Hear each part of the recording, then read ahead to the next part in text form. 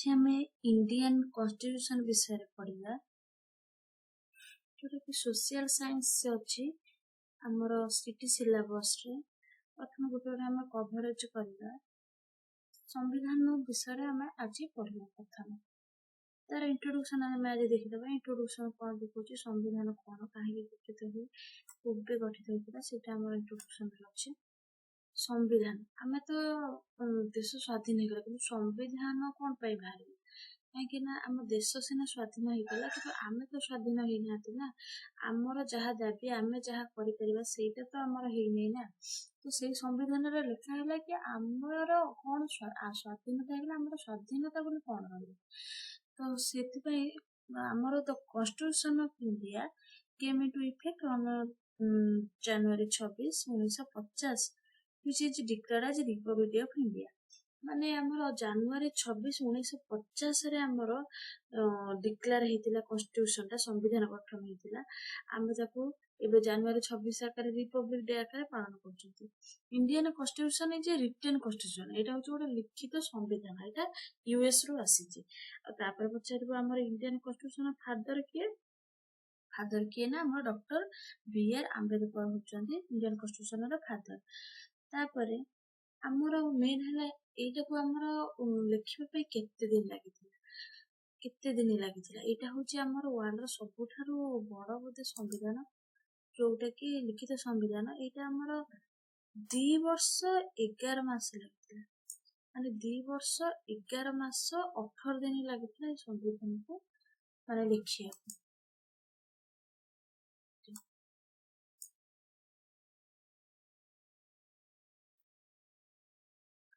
तापर हम पढ़िबा तो इंडियन कॉन्स्टिट्यूशन प्रोवाइड्स 3 लिस्ट माने तीनटा लिस्ट रे हमर अछि हमर संविधान ता तीनटा लिस्ट एमिते नै कि खाली हमर अछि पूरा यूनियन लिस्ट रे अछि तो हमर स्टेट लिस्ट रे नाही स्टेट ता बिसरे जाउछि ना इंडिया भीतर स्टेट जाउछि ना तो सेटा कनकरेंट लिस्ट माने बोथ स्टेट लिस्ट और यूनियन लिस्ट तापर नेशनल फ्लैग अडॉप्ट जुलाई 22, 1947 मसीह 1947 जुलाई 22 रे हमर नेशनल फ्लैग अडॉप्ट कराइले 1947 अगस्त 15 रे हमर देश स्वाधीन होइतिला ता पूर्व हमर नेशनल फ्लैग अडॉप्ट होइतिला तापर किए डिजाइन करथिला नेशनल फ्लैग को एटा तर पछारिबा पिंगाली भेंकाई हमर डिजाइन करथिले तापर इंडियन कॉन्स्टिट्यूशन हमर कोडी पब्लिश हेतिला तापर देहरु दान तापर हम जो पुरो पछारि कि इंडियन कॉन्स्टिट्यूशन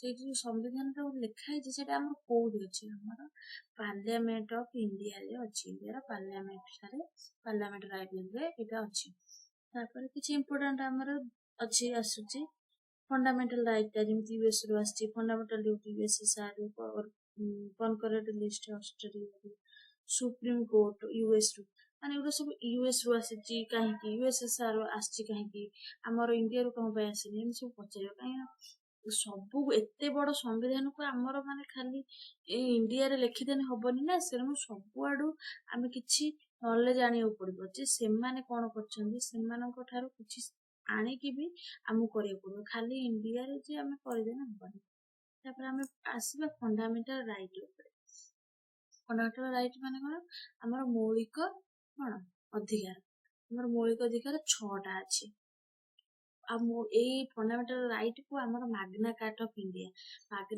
इंडिया कहा को कह जाय पछाने फंडामेंटल राइट को कहबे तापर द कॉन्स्टिट्यूशन एटा होची हमर पार्ट 3 रे अछि आर्टिकल 12 रु 35 बिलोंग करछि प्रथम आछि राइट टू इक्वालिटी आर्टिकल 14 रु 18 राइट टू फ्रीडम आर्टिकल 19 रु 22 राइट अगेंस्ट एक्सप्लोजन होछि 23 रु 24 राइट टू फ्रीडम रिलीजन होछि 25 रु 28 कल्चरल एंड एजुकेशनल राइट होछि 29 रु 30 right to constitutional limit article 32 गुना तो एतो मन रहबे हम फास्ट के राइट टू इक्वालिटी समानतार अधिकार जेडी समस्त समान हेके रहबे 14 रु 18 आसुची माने आपण ठीक अनुसार बुझी पारबे कि जेतबर एज हमर 14 रु 18 आसीते हमें सेतरो कहंती हमर अधिकार दियतु हमको समानता अधिकार दियतु हमें भी समस्त सहित समान हे पारिबे तापरे ରାଇଟ୍ ଟୁ ଫ୍ରିଡମ୍ 19 ରୁ 22 ଯେତେବେଳେ ଆମର ଏଜ୍ ହେଇଯାଏ ସେତେବେଳେ ଆମେ କଣ କରୁ ଆମକୁ ଫ୍ରିଡମ୍ ଦରକାର ଆମକୁ କୁହନ୍ତି ଆମେ ଯୁଆଡେ ଯାଇପାରିବୁ ଇଏ କରିବୁ ଆମକୁ କେହି କିଛି କହିବନି।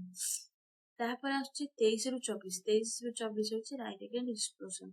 ଯେତେବେଳେ ଗୋଟେ ଝିଅଟେ ଯେତେବେଳେ 23 ରୁ 24 ହେଇଯାଏ ତାର ମ୍ୟାରେଜ ହେଇଯିବ ତାର ମ୍ୟାରେଜ ହେବ ସେ ଶୋଷଣ ହୁଏ ତା ଶାଶୁଘରେ ଶୋଷଣ ଯଦି ପାଏ ତ ସେଥିପାଇଁ ସେଟା ଏଜ୍ 23 ରୁ 24 ଆପଣ ଏମିତି ମନେ ରଖିପାରିବେ। ତାପରେ ଆସୁଛି ରାଇଟ୍ ଟୁ ଫ୍ରିଡମ୍ ରିଲିଜିଅନ୍ ମାନେ ଧର୍ମଗତ ସ୍ୱାଧୀନତା 25 ରୁ 28 ସେ କୁହେ କି ମୁଁ ସବୁ ମୋ ଧର୍ମରେ ମୁଁ ରହିବି ଆଉ ହଉଛି ମତେ କେହି କିଛି ମାନେ କହିପାରିବେନି ମୋର ଧର୍ମ ଉପରେ ମୋର ଫ୍ରିଡମ୍ ଅଛି। ତାପରେ ଆସୁଛି ଆର୍ଟିକଲ 29 ରୁ 30 କଲଚରାଲ ଏଜୁକେସନାଲ ରାଇଟ୍ ଯୋଉଟାରେ 29-30 ହେଇଗଲା ପରେ ସେମାନେ ନିଜର ଏଜୁକେସନ ଇଏଟା କଲଚରାଲଟା ସାଂସ୍କୃତିକ ପରମ୍ପରା ସେ ସବୁ ସେତେବେଳେ ସେ ବୁଝିପାରନ୍ତି। ତ ଆର୍ଟିକଲ 32 ଆସୁଛି ରାଇଟ୍ ଟୁ କନଷ୍ଟିଟ୍ୟୁସନ ରେମେଡି। ଯେତେବେଳେ ଆମର 32 ବର୍ଷ ହେଇଯାଉଛି ସେ ଭାବୁଛି ଯେ କିଛି ଯଦି ଚେଞ୍ଜ କରାହଉଛି ଆମର କନଷ୍ଟିଟ୍ୟୁସନରେ ତାହେଲେ ସେ ଏଇ ଆର୍ଟିକଲ 32 ଅନୁସାରେ ହିଁ କରିପାରିଛି।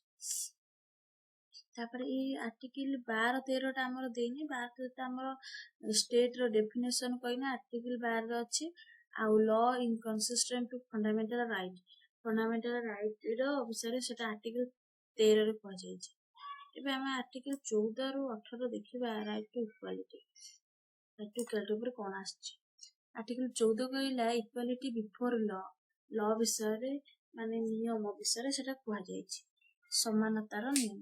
ତାପରେ ଆର୍ଟିକଲ 15 ହଉଛି prohibition of discrimination religion race caste gender of place of birth. ସେମିତି ନାହିଁ କି ଇଏ ଏଇ ଜାଗାରେ ଜନ୍ମ ହେଇଛି ଇଏ ଏଇ ଜାତି ଇଏ ଏଇ ତାର ଜେଣ୍ଡର ଏଇଆ ଇଏ ଏଇଟା କରିବ ସେଟା ସେ କରିବନି ସେମିତି କିଛି ନାହିଁ।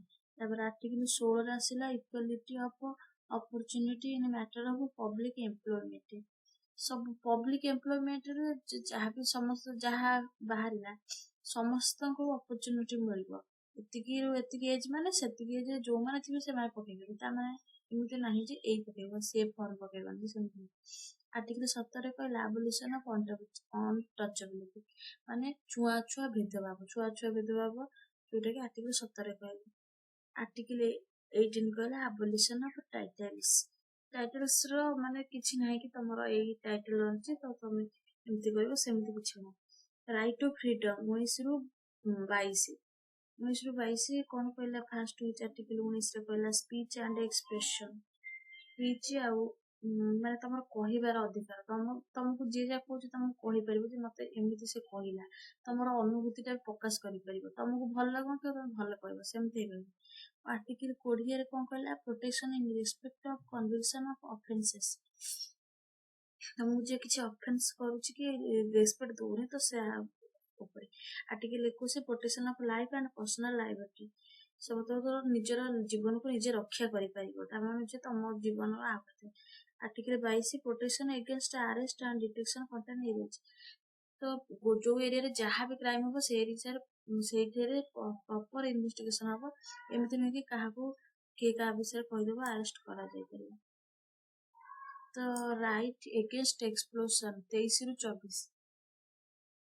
24 କୁହା ହେଲା। ଆର୍ଟିକଲ 23ରେ କୁହା ହେଲା prohibition of trafficking in human being and forced labour slavery exploitation ଏଇ ସବୁ ଗୁଡା ଆସୁଛି। ଆର୍ଟିକଲ ଯେମିତି 24 ଆସୁଛି ପ୍ରୋହିବିସନ ଏମ୍ପ୍ଲୟମେଣ୍ଟ ଚିଲଡ୍ରେନ୍ 14 ବର୍ଷ ତଳକୁ ସେମାନଙ୍କୁ ବାହାରକୁ କାମ କରିବାକୁ ବିଦା କରାଯିବନି ଫ୍ୟାକ୍ଟ୍ରିରେ କି ମାଇନରେ ସମସ୍ତଙ୍କୁ ଆଗରୁ ଛୋଟ ପିଲାଙ୍କୁ ବିଦା କରିଦଉଥିଲା ସେମିତି ନାହିଁ 14 ବର୍ଷ ତଳକୁ କାହାକୁ ବିଦା କରାଯିବନି। Right to freedom of religion 25 ରୁ 28 ହଉଛି right to freedom of religion ଧର୍ମଗତ। Article 25 freedom of free practice of operation religion freedom to manage religious affair. Article 26 ତୋ ନିଜ ଜାତିର ହେଇଛି ନିଜ ଧର୍ମ ହେଇଛି ତ କିଛି କହିପାରନି। ଆର୍ଟିକଲ 27 କହିଲା freedom from payment of taxes ଏଇଟା ଯୋଉ ଟ୍ୟାକ୍ସେସ୍ କହିଲା କି ମାନେ ତମର ଏଇ ଜାତି ତମକୁ ଟ୍ୟାକ୍ସ ଦିଆହବ ତମର ଏଇ ଧର୍ମ ଟ୍ୟାକ୍ସ ଦିଆହବ ନାହିଁ ଆମର ରିଲିଜିଅନ ଯାହା ବି ହଉ ତମକୁ ସେମିତି କିଛି ନାହିଁ ଏଇଟା। ତାପରେ ଆର୍ଟିକଲ 28 କହିଲା freedom attending any religious instruction worship in certain educational institution କଣ କହିଛି କି ଇଏ ମୁସଲିମ ଇଏ ହିନ୍ଦୁ ଇଏ ଅଲଗା ଅଲଗା ପଢି ସମସ୍ତେ ସମାନ ହେଇକି ପଢିବେ। ତାପରେ କୁହାଯାଇଛି କଲଚର ଆଣ୍ଡ ଏଜୁକେସନାଲ ରାଇଟ୍ 29 ରୁ 30। ଆର୍ଟିକଲ 29 କଣ କହିଲା? Protection of interest of minorities. Article 30 right of minority to establish and administration educational institution. Educational institution ବିଷୟରେ କି ତୋର ଇଣ୍ଟରେଷ୍ଟ ଯାହା ବିଷୟରେ ତୁ ସେଇ ବିଷୟରେ ସେମାନେ ଇଣ୍ଟରେଷ୍ଟ ଯୋଉଥିରେ କରିପାରିବ, ସେମିତି କାହାକୁ ବାଧିବନି। Right to constitutional remedy. Constitutional remedy କଣ କହିଲା? ଆର୍ଟିକଲ 32 କୁ heart and soul of the constitution କୁହାଯାଇଛି। Heart and soul of constitution ମାନେ ମାନେ ଏଇଥିରେ ତମକୁ ଯଦି ଲାଗୁଛି କି ତମର ଧର୍ମଟା କି ତମର ଫଣ୍ଡାମେଣ୍ଟାଲ ରାଇଟ୍ ଟା ଖଣ୍ଡନ ହେଉଛି, if your fundamental right has been violated, then ତମେ ଆକ୍ସନ ନେଇପାରିବ। ଆର୍ଟିକଲ 32 ଅନୁସାରେ ସୁପ୍ରିମକୋର୍ଟ, ଆର୍ଟିକଲ 226 ଅନୁସାରେ ହାଇକୋର୍ଟକୁ ଯାଇପାରିବ। ଆର୍ଟିକଲ 34 କଣ କହିଲା? Restriction on fundamental rights when marital law in force in India। marital law ମାନେ କହିଲା କି ତମକୁ ଯଦି କିଏ ଫୋର୍ସ କରୁଛି କୋଉଥିପାଇଁ ତ ତମେ ସେଥିରେ ଆକ୍ସନ ନେଇପାରିବ ଆର୍ଟିକଲ 34 ଅନୁସାରେ। ଆମର ହିନ୍ଦୁଟା ତ ଟର୍ମ ହିନ୍ଦୁ ମେନସନ ହେଇଛି ଆମର ହିନ୍ଦୁ ଧର୍ମ। ଆମର ଏଇଟା କୋଉଥିରେ ହେଇଛି? ଆର୍ଟିକଲ 25 ରେ। Right to property. Right to property ମାନେ ଆଗରୁ ଥିଲା କି ବାପର ସମ୍ପତ୍ତି ପୁଅ ନେଇପାରିବ, କିନ୍ତୁ ଏବେ ସେମିତି ନାହିଁ। ବାପ ଯଦି ଚାହୁଁଛି ସେ ପୁଅକୁ ନ ଦେଇକି ଆଉ କାହାକୁ ଦେବ ତ ସେ ଦେଇପାରିବ। ସେଇଟା ଆମର 44ତମ ଆମେଣ୍ଡମେଣ୍ଟ ଆକ୍ଟ 1978ରେ କୁହାଯାଇଛି। ଆଉ କିଛି ଅଲଗା ଆର୍ଟିକଲ ଅଛି, ଆମେ ଦେଖିବା।